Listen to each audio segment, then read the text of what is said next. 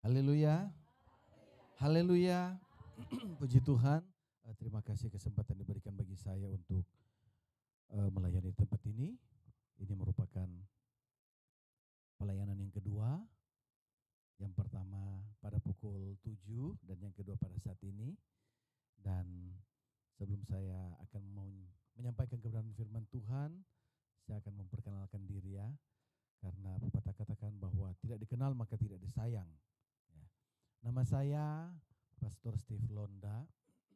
Saya berasal dari Manado, tetapi pelayanan saya di Halmahera, Maluku Utara, tepatnya di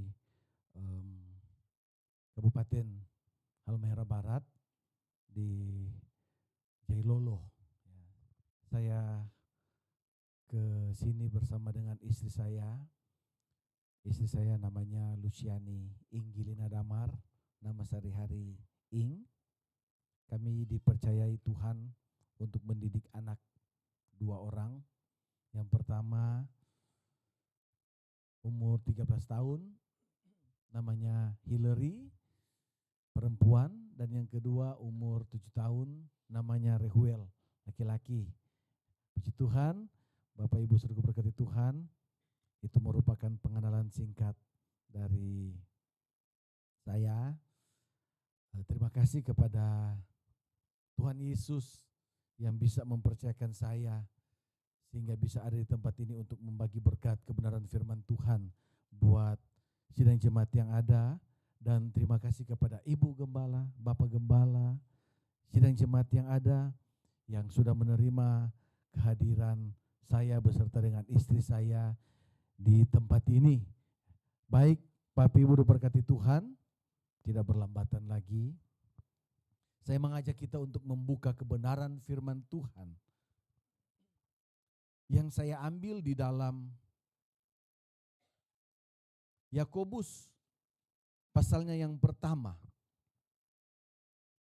Yakobus pasalnya yang pertama, ayatnya yang ke-12. Sekali lagi di dalam Yakobus pasalnya yang pertama, ayatnya yang ke-12. Saya akan bacakan di dalam nama Tuhan kita Yesus Kristus.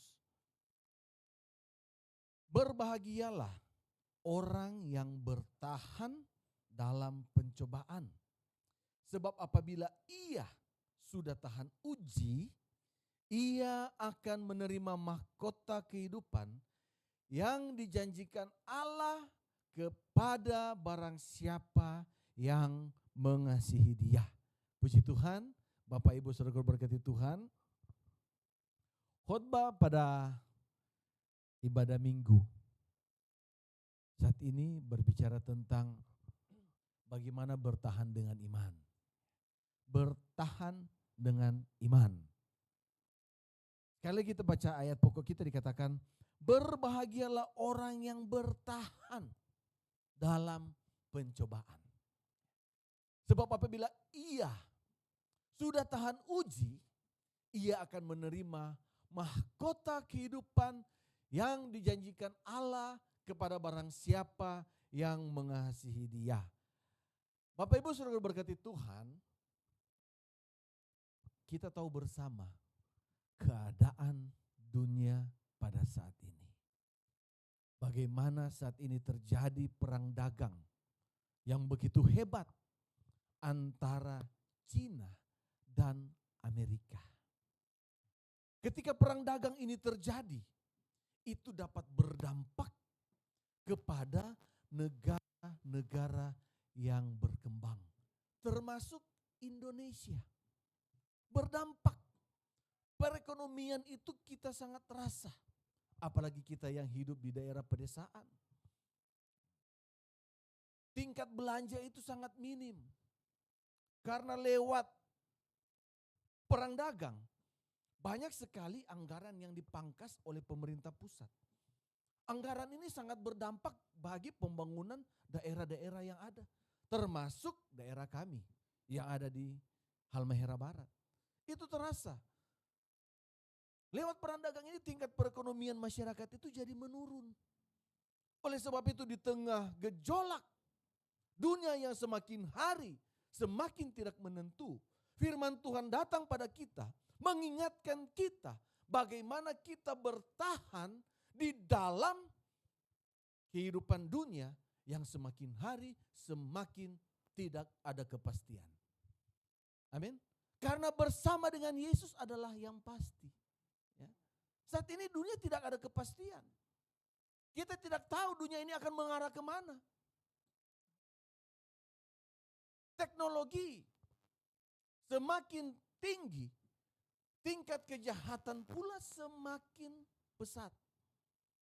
Oleh sebab itu anak-anak Tuhan yang sudah dari lahir menjadi Kristen, menjadi orang yang percaya, kita harus bertahan di tengah dunia yang tidak menentu ini.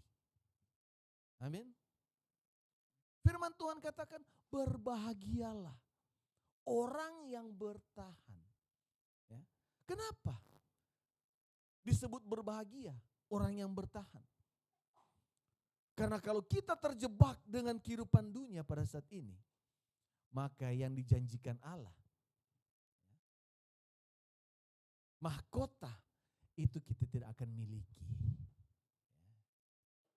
Oleh sebab itu Bapak Ibu saudara berkati Tuhan, keberhasilan di dalam satu pertandingan itu tidak hanya ditentukan oleh seberapa hebat kita atau seberapa kuat kita. Tetapi satu keberhasilan itu bisa ditentukan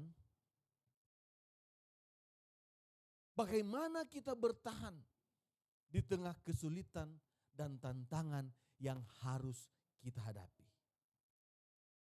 Sebab apa? Sebab tanpa kemampuan untuk bertahan, maka segala sesuatu yang kita telah kerjakan itu akan menjadi sia-sia. Betul? Ya. Kita sudah bangun dari nol, tetapi kita tidak bisa bertahan di dalam gejolak ekonomi ini, maka kita bisa hancur. Kita bisa hancur. Iman yang telah kita bangun, mulai dari sejak lahir, karena kan sudah menjadi orang Kristen. Jikalau kita tidak menjaganya, maka itu akan hancur. Oleh sebab itu tanpa kemampuan untuk bertahan, maka segala sesuatu yang telah kita kerjakan atau yang telah kita bangun itu akan menjadi sia-sia. Ya. Oleh sebab itu perlu kita ketahui bahwa hidup ini adalah sebuah perjalanan yang panjang. Sebuah perjalanan yang panjang. Nah, di tengah-tengah perjalanan inilah kita akan menghadapi berbagai macam tantangan. Di tengah-tengah perjalanan inilah kita akan menghadapi yang namanya mungkin kesulitan. Ya. Kita akan menghadapi yang namanya mungkin perlawanan dari rekan kerja kita, dari keluarga kita. Dan mungkin 1001 kesukaran lainnya yang akan kita hadapi di dalam perjalanan kehidupan kita. Sama dengan iman. Kalau iman kita tidak bertahan di dalam perjalanan, ya, ingat, langkah awal penting. Tetapi langkah akhirlah yang paling penting. Karena langkah akhir itulah yang akan menentukan kemana arah dan tujuan kita. Mungkin dunia tidak ada kepastian, tetapi bersama dengan Yesus kita mempunyai kepastian. Amin. Karena dia telah mengorbankan dirinya di atas kayu salib. Mati bagi kita supaya kita memperoleh mahkota kemuliaan. Supaya kita memperoleh kehidupan yang kekal. Ya. Langkah awal penting. Tetapi dalam perjalanan, ini yang saya katakan tadi, mungkin kita akan mengalami berbagai macam kesukaran. Mungkin kita akan mengalami berbagai macam pencobaan. Mungkin kita akan mengalami hal-hal yang tidak mengenakan dalam kehidupan saya dan saudara. Tetapi ingat, langkah terakhir menentukan di mana tujuan kita nanti. Ya. Jangan sampai kita jatuh. Jangan sampai kita tergeletak. Ya oke lah, kerikil-kerikil kecil itu pasti ada. Tidak selamanya jalan itu mulus. Ya, tidak selamanya. Kalau kita berjalan mungkin dari sini ke Jakarta, pasti ada lubang-lubang. Anggaplah itu sebuah kerikil-kerikil kecil. Ya. Tetapi kita harus tetap bertahan supaya kita bisa sampai tujuan. Garis akhir untuk memperoleh hadiah. Ya. Sebab dalam pertandingan itu ada hadiah. Dan saat ini kita sedang berada dalam pertandingan iman. Kita sedang berada di dalam yang namanya penyaringan. Penyaringan. Masakan orang yang hidup sungguh-sungguh dengan Tuhan, yang bertahan dalam situasi apapun, masa akan tidak akan menerima janji Tuhan. Sedangkan orang yang oke lah, orang Kristen, yang hidupnya tidak menentu, tidak ada kepastian. Pada waktu banyak di Manado sana banyak sekali. Dia mabuk, orang Kristen mabuk, bawa motor, jatuh, kecelakaan, meninggal. Terus teman-temannya itu pasang status di media sosial, sampai bertemu di Yerusalem baru. Apakah itu kita akan berjumpa dengan dia? Saya sering katakan mungkin kalau di surga sana, antara surga dan neraka, ada pertigaan apa perempatan, mungkin juga dia tidak akan sampai ke situ. Ya, dia tidak akan sampai ke situ karena dia bukan Valentino Rossi. Ya, gitu. Tetapi kalau kita bisa bertahan, ya, kita akan menerima janji-janji Tuhan. Bagi mereka yang tidak memiliki kekuatan untuk bertahan, itu akan gugur di tengah jalan. Tetapi bagi kita yang bertahan melewati tantangan yang ada, kita akan menikmati kemenangan yang Tuhan janjikan. Amin. Matius 24 ayatnya yang ke-13. Di situ firman Tuhan katakan, tetapi orang yang bertahan sampai pada kesudahannya itu akan selamat.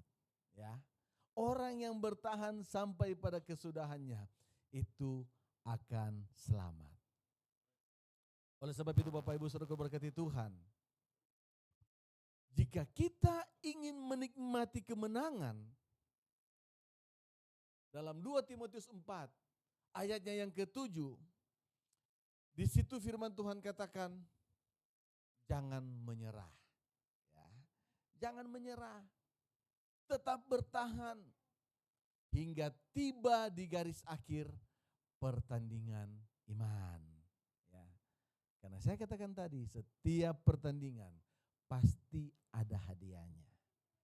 Bagi kita yang ada pada saat ini, pertandingan iman yang kita lewati, hadiah yang akan kita miliki, yaitu mahkota kemuliaan yang telah Tuhan janjikan. Firman Tuhan pada pagi hari ini berkata, berbahagialah orang yang bertahan dalam pencobaan. Sebab apabila ia sudah tahan uji, ia akan menerima mahkota kehidupan yang dijanjikan Allah kepada barang siapa yang mengasihi dia. Kata bertahan, kalau kita tinjau dari bahasa Yunani, itu memakai istilah hupomone. Hupomone. Yang berarti bertahan dengan penuh kesabaran dan ketabahan. Itu arti hupomone. Hupomone juga secara sederhana dapat diterjemahkan sebagai kemampuan untuk bertahan pada satu posisi melampaui batas waktu yang diharapkan. Kemampuan untuk bertahan pada satu posisi. Kalau seorang dalam pertandingan sepak bola, itu back dia harus bertahan pada satu posisi supaya tidak diserang oleh lawan. Ya. Kalau dia bisa diserang oleh lawan, maka akan terciptalah gol sehingga lawan itu mendapat kemenangan. Bukan hanya sekedar bertahan, tetapi lebih dari itu. Di dalam ketahanan, disitulah terkandung ketabahan dan yang namanya ketekunan. Ya, ada ketabahan dan ada ketekunan. Kalau William Barclay dia katakan bahwa hupomone adalah satu sikap yang tabah dalam menjalani penderitaan atau berusaha mengubah hal yang sedang terjadi. Yaitu penderitaan tersebut menjadi hal yang mulia dan luhur. Oleh sebab itu, Bapak Ibu saudara-saudaraku ini diberkati oleh Tuhan. Dari pemahaman ini, setidaknya kita bisa merenungkan beberapa hal dalam kita menghadapi pencobaan. Saat kita dalam posisi bertahan, di situ ada ketabahan dan ketekunan yang bukan hanya dipandang sebagai satu kebijakan yang patut diperjuangkan oleh orang yang percaya, melainkan juga merupakan respon iman terhadap ketabahan dari Yesus Kristus itu sendiri.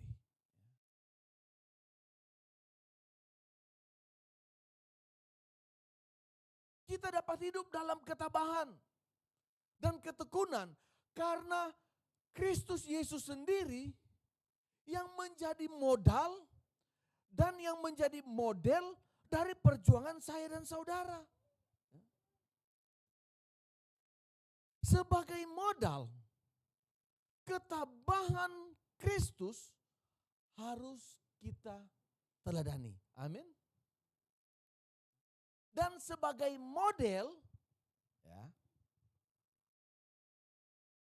Kristus sendiri yang memberikan contoh ketabahan dan ketekunan terhadap kehidupan saya dan saudara.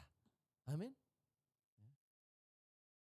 Oleh sebab itu yang menjadi pertanyaannya pada saat ini, bagaimana sikap kita untuk bertahan dalam menghadapi setiap masalah dalam kehidupan ini? Bagaimana sikap kita untuk bertahan? Karena firman Tuhan katakan, berbagailah orang yang bertahan dalam pencobaan. Bagaimana sikap kita dalam bertahan untuk menghadapi setiap masalah di dalam kehidupan saya dan saudara? Siapa yang tidak memiliki masalah? Semua orang pasti memiliki yang namanya masalah. Tanpa masalah, iman percaya kita kepada Tuhan itu tidak akan bertumbuh. Tetapi lewat masalah, itu menjadi pergumulan kita. Supaya setiap masalah yang kita hadapi, kita harus bergantung sepenuhnya kepada Tuhan. Amin. Lewat masalah, iman kita itu bisa terbentuk. Lewat masalah yang ada, fondasi kita itu semakin kokoh. Walaupun badai, kalau kita membangun rumah, walaupun badai yang begitu besar, rumah kita tidak akan roboh. Goncangan seberat apapun, rumah kita tidak akan jatuh. Begitu dengan iman kita. Masalah seberat apapun, asalkan kita bisa bertahan bersama dengan Yesus, kita pasti akan melewatinya. Sebab Tuhan katakan, Dia tidak akan membiarkan kita tergeletak. Karena apa? Karena ada tangan Tuhan yang selalu menopang setiap kehidupan saya dan saudara. Amin. Ada tangan Tuhan. Dan Tuhan tidak akan pernah membiarkan. Asalkan kita tetap bertahan bersama dengan Yesus. Ya.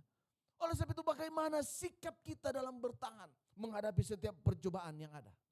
Yang pertama, kita harus bangun hubungan dengan Tuhan.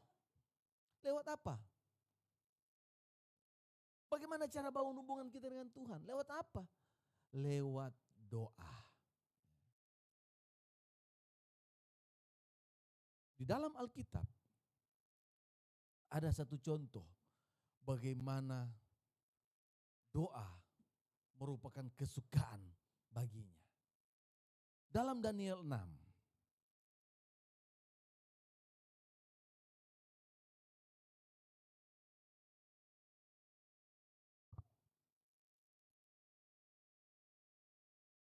Daniel 6 ayatnya yang ke-11, di situ dikatakan, demi didengar Daniel bahwa surat perintah itu telah dibuat, pergilah ia ke rumahnya, dan dalam kamar atasnya ada tingkap-tingkap yang terbuka ke arah Yerusalem.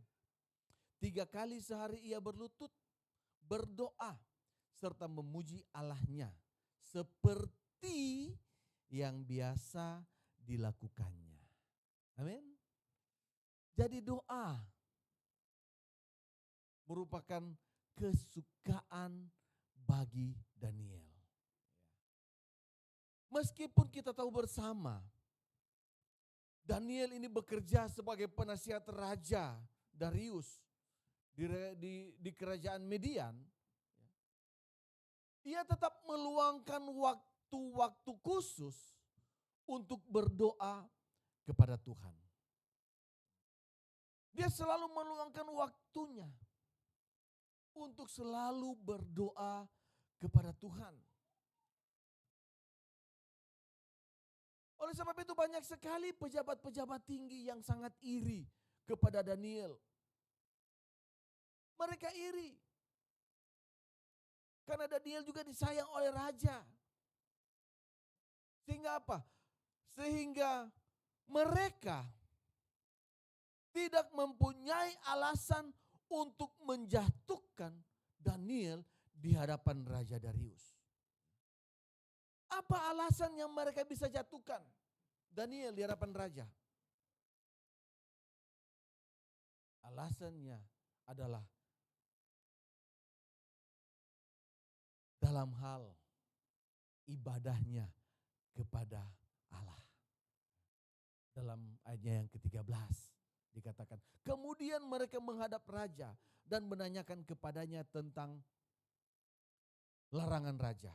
Bukankah tuanku mengeluarkan surat larangan supaya setiap orang yang dalam 30 hari menyampaikan permohonan kepada salah satu dewa atau manusia, kecuali kepada tuanku, ya raja, akan dilemparkan ke dalam gua singa? Jawab raja, perkara ini telah pasti menurut undang-undang orang Media dan Persia yang tidak dapat dicabut kembali. Inilah alasan mereka. Satu-satunya alasan sehingga mereka bisa menjatuhkan Daniel di hadapan raja. Akan tetapi apa yang Daniel alami? Apa yang Daniel kerjakan? Apakah dia meninggal Tuhan yang dia percaya? Tidak. Malah dia tetap berdoa. Dia tidak melepaskan kehidupan doanya. Sekalipun dilarang, dia tetap berdoa kepada Tuhan. Karena hanya Allah satu-satunya yang dia percaya, yang dia yakini, yang dapat menolong kehidupannya. Ya. Hanya Yesus satu-satunya yang harus kita percaya, yang akan tetap menguatkan kehidupan kita menghadapi berbagai tantangan yang ada. Amin. Lewat doa. Siapa yang melarang kita berdoa? Tidak ada. Tetapi biarlah doa itu menjadi satu kesukaan bagi saya dan saudara. Setiap ada masalah, jangan orang lari kepada orang-orang pintar. Jangan. Di daerah saya banyak Banyak sekali. Banyak. Setiap ada masalah, setiap ada hal yang kecil mereka alami, mereka banyak pergi ke orang-orang pintar tanya, kenapa saya mengalami sakit ini? Kenapa saya menderita ini? Orang pintar katakan, oh itu mungkin ada orang yang buat, ada orang yang kirim guna-guna atau apa.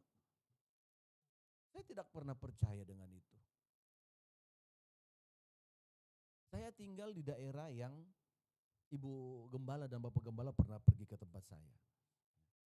Samping kiri kanannya itu tetangga kita. Hanya saya sendiri yang orang Nasrani. Mereka tahu saya pendeta. Mereka tahu saya hamba Tuhan. Tahu. Saya hari Minggu ke gereja. Mereka tahu saya beribadah. Mereka tahu. Mereka tahu. Tetapi pernah sekali, 2-3 kali ibadah. Itu sering rumah saya dilempar dengan batu. Dilempar. Pada waktu selesai ibadah saya datang ke rumah mereka. Saya datang hampiri di situ. Saya katakan, maaf, izinkan saya untuk beribadah. Agama saya, agamamu, agamamu. Tidak ada yang melarang. Jadi izinkan saya untuk saya beribadah kepada Tuhan saya. Dia kebingungan. Ada apa ini? Ada apa ini? Saya melihat Anda melempar rumah saya. Bahkan 2 kali Anda melempar dan Anda langsung lari. Saya melihat. Tapi izinkan saya untuk saya beribadah. Pada waktu saya katakan begitu, sampai pada saat ini, tidak ada seorang pun yang menyentuh rumah saya. Tidak ada seorang pun. Mereka tahu kalau saya beribadah. Mereka tahu saya berdoa, saya pasang musik semua. Mereka tahu. Dan mereka katakan, silakan.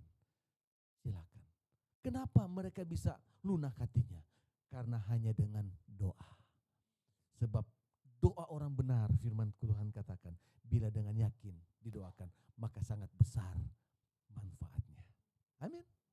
Ya. Itu yang bisa saya rasakan dengan doa. Jangan pernah kita meninggalkan doa. Daniel, dia menghadapi masalah yang begitu berat. Sesuai dengan undang-undang. Dia melanggar titah raja. Dan hukumannya dia harus dilemparkan ke dalam gua singa. Dia harus dilemparkan. Tetapi apa yang Daniel alami? Karena lewat ketekunan doanya, singa yang ada di dalam gua itu dengan penuh kelaparan, tetapi dia tidak menyentuh Daniel sedikit pun. Sedikit pun Daniel tidak disentuh. Karena apa? Karena ada Tuhan yang menolong Daniel. Amin. Ada Tuhan. Ya. Coba pada waktu itu Daniel tidak berdoa dengan sungguh-sungguh. Mungkin nama Daniel tidak ada. Di dalam firman Tuhan tidak ada. Tetapi karena kesungguhan hati Daniel, disitulah Tuhan memperhitungkannya. Amin. Begitu juga dengan saya dan saudara. Di dalam kesungguhan kita berdoa kepada Tuhan, disitulah Tuhan memperhitungkan semuanya. Amin. Bangun hubungan kita dengan Tuhan. Bangun hubungan dengan Tuhan. Utarakan apa yang menjadi pergumulan kita. Apa yang menjadi permasalahan kita. Apa yang dapat membuat iman kita goncang. Utarakan semuanya kepada Tuhan. Matius 6 ayat yang ke-6 dikatakan apa? Tetapi jika engkau berdoa, masuklah ke dalam kamarmu. Tutup pintu dan berdoa kepada Bapamu yang apa? Yang melihat semuanya, ya. Berdoalah. Maka Bapamu yang melihat yang tersembunyi akan membalasnya kepadamu. Jadi doa itu tidak dilarang.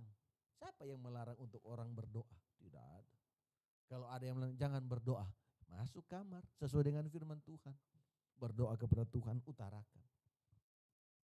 Apa yang menjadi permasalahan kita? Jadi Bapak Ibu Saudara berkati Tuhan. Yang pertama, bagaimana kita bertahan menghadapi dunia yang tidak pasti, yang tidak menentu, yang bisa menggoyahkan iman saya dan saudara.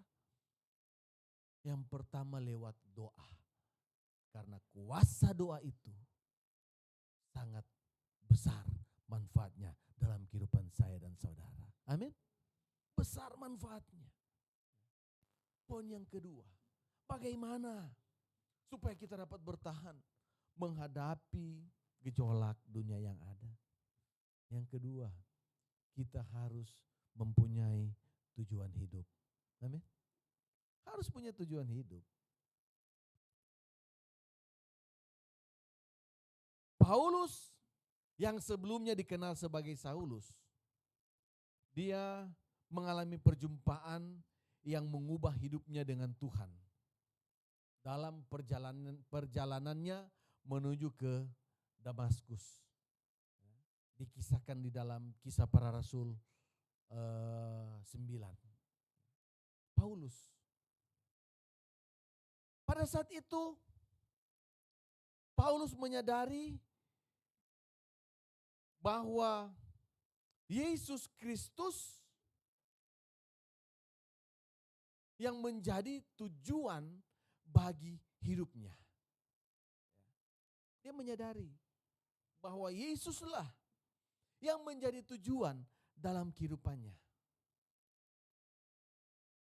Melalui waktu yang dihabiskan bersama dengan Tuhan, Paulus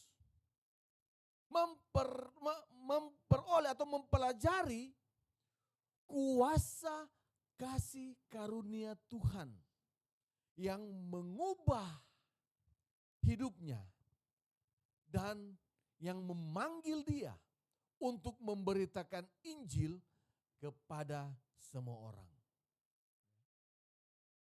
Paulus memahami dengan betul bahwa masa lalunya tidak akan menentukan dirinya. Tetapi dia memahami bahwa melalui kemurahan dan pengampunan dari Tuhan, dia bisa menjadi wadah bagi kerajaan Tuhan. Dia bisa menjadi berkat bagi banyak orang. Ya. Karena apa? Karena lewat perjumpaan dia dengan Tuhan, dia mengalami perubahan hidup.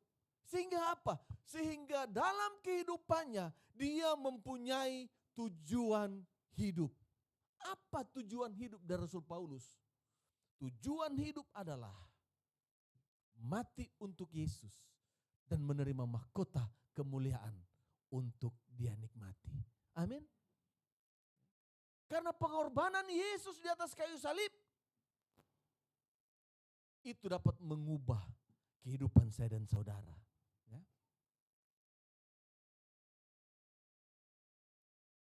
Di dalam 1 Korintus, di situ dikatakan bahwa Rasul Paulus katakan kepada jemaat yang ada di Korintus, mungkin pemberitaan tentang salib merupakan kebodohan bagi mereka yang tidak percaya. Tetapi bagi kita, pemberitaan tentang salib merupakan sebuah anugerah, keselamatan yang diberikan secara cuma-cuma untuk saya dan saudara nikmati. Amin. Itulah yang menjadi dasar dari Rasul Paulus. Lewat pengorbanan Yesus di atas kayu salib. Sehingga ia mempunyai tujuan hidup.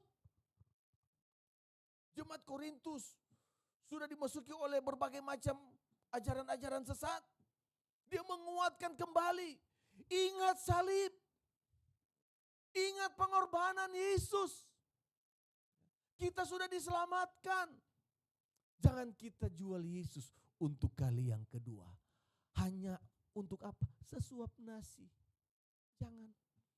Karena pengorbanan Yesus melebihi dari segalanya yang dunia tawarkan pada saat ini. Amin.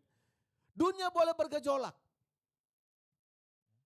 Dunia boleh mengalami yang namanya resesi. Tetapi orang yang percaya di dalam Tuhan, kita akan mengalami yang namanya kemenangan. Karena kita mempunyai tujuan hidup bersama dengan Yesus. Amin. Sekali Yesus, harus tetap Yesus. Amin. Ya, ada lagu yang berkata, sekali Yesus, selamanya Yesus, harapanku tak akan hilang, karena kasih-Nya sekarang ku ada. Oh Yesusku, ku cinta Kau segalanya, selamanya. Sekali Yesus, selamanya harus tetap Yesus. Jikalau itu yang menjadi dasar kita, maka kita akan mempunyai tujuan dalam kehidupan saya dan saudara. Kita boleh mengalami yang namanya goncangan, tetapi fondasi kita sudah kuat. Karena Tuhanlah yang menguatkan iman percaya kita. Amin. Lewat apa? Lewat tujuan hidup.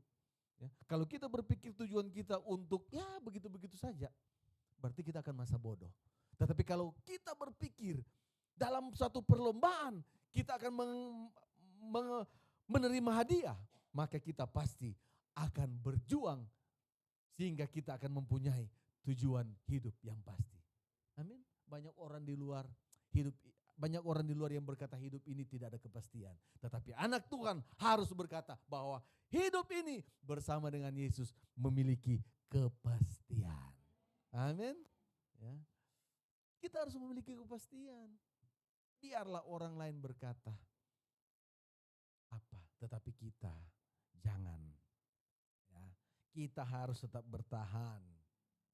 Sebab kalau kita tetap bertahan, maka kita akan disebut orang-orang yang berbahagia. Amin. Yang ketiga, bagaimana kita bertahan dalam menghadapi dunia ini? Yang ketiga, rancangan Tuhan adalah yang terbaik dalam kehidupan saya dan saudara. Amin. Kemarin istri saya sempat mengikuti kontes pemilihan kepala daerah, pemilihan bupati di daerah kami, di Halmahera Barat.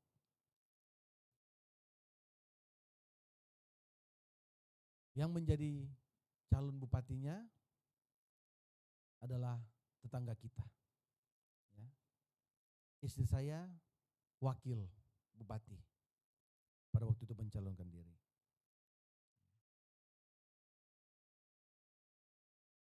Perjalanan demi perjalanan,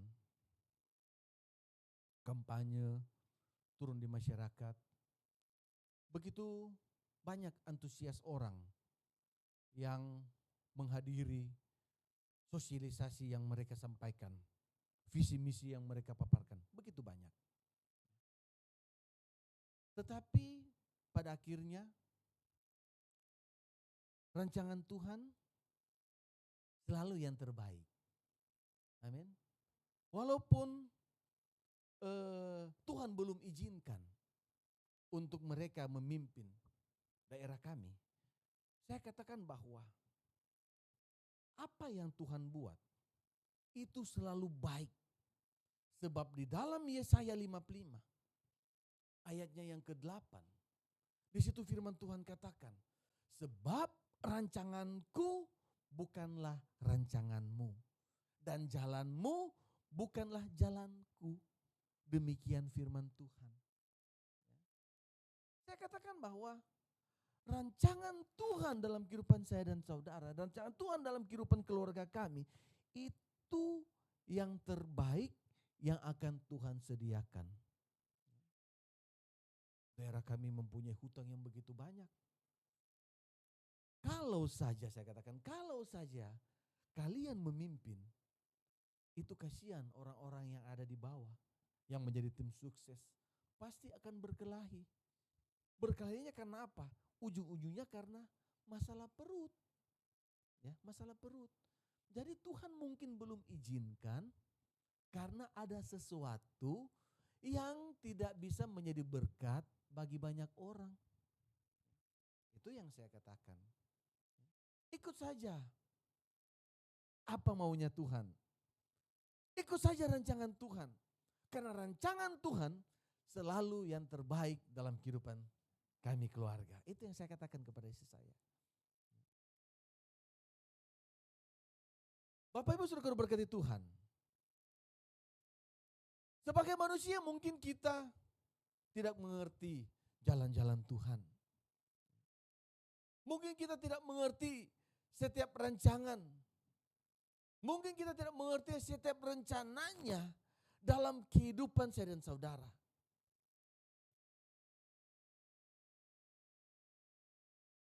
Banyak orang-orang percaya, bahkan di antara kita yang sudah hidup di dalam Tuhan, tetapi tetap saja seolah-olah berada di dalam yang namanya lembah kekelaman. Banyak masalah, banyak kesulitan, dan banyak sekali pergumulan yang kita alami. Apalagi kehidupan di masa-masa sulit seperti saat ini. Tetapi ingat, bahwa ketika kita bisa melewati semua tantangan yang ada, kita bisa melakukan yang terbaik yang Tuhan berikan dalam kehidupan saya dan saudara, maka disitulah kita akan menikmati setiap janji Tuhan yang akan dikerjakan bagi saya dan saudara. Jadi Bapak Ibu Saudara berkati Tuhan, mungkin ada pergumulan kita yang belum dijawab Tuhan. Mungkin ada persoalan yang belum diselesaikan oleh Tuhan. Disinilah firman Tuhan katakan, rancangan Tuhan yang terbaik. Mungkin saja dia lihat belum siap.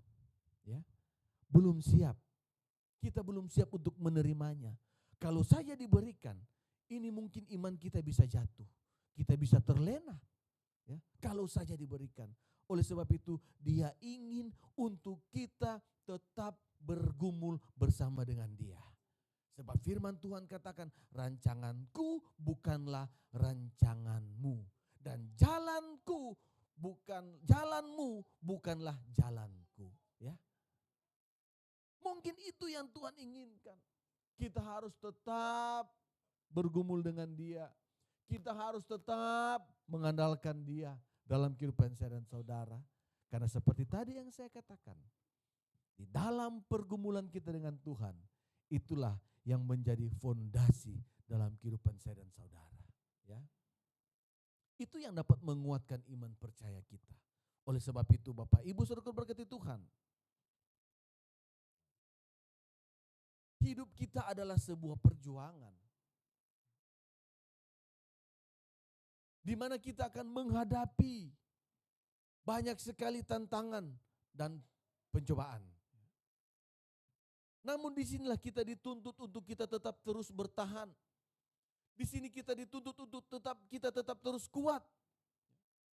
Sebab dengan bertahan dan kuat dalam menghadapi pencobaan, kita akan mengalami yang namanya kebahagiaan dalam kehidupan kita. Amin. Selain kita bertahan, kita juga harus apa? Tahan uji dalam menghadapi pencobaan. Teruji menunjuk bahwa kita dapat mengatasi setiap persoalan atau setiap pencobaan yang datang. Dan sungguh sangat luar biasa janji Tuhan. Jika kita dapat tahan uji, maka firman Tuhan katakan, mahkota kemuliaan akan menjadi milik bagian saya dan saudara. Amin. Oleh sebab itu, Bapak Ibu saudara-saudara ini berkati oleh Tuhan. 3 poin penting ini yang harus kita miliki dalam bertahan bersama dengan Yesus. Yang pertama, kita bertahan dengan doa. Karena doa yang memberikan kekuatan dalam kehidupan saya dan saudara. Doa inilah yang merupakan komunikasi dalam kehidupan saya dan saudara. Setiap pagi anak saya berdoa. Jam 4 dia sudah bangunkan, papa bangun. Orang berdoa, kita berdoa. Jam 4 saya katakan kita naikkan pujian kepada Tuhan. Sebelum berdoa, kita menyembah Tuhan. Setelah itu kita membaca kebenaran firman Tuhan. Setelah itu kita berdoa. Berdoa supaya Tuhan lindungi dalam setiap pencobaan.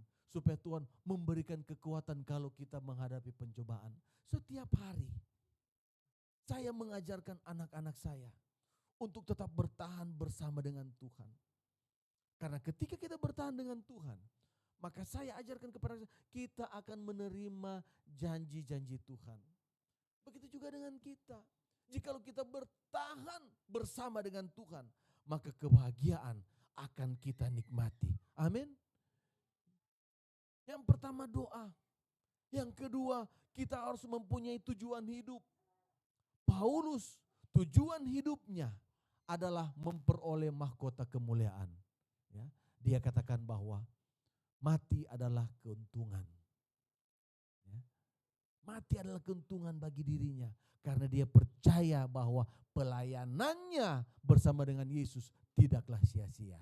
Sebab mahkota buat dia sudah tersedia.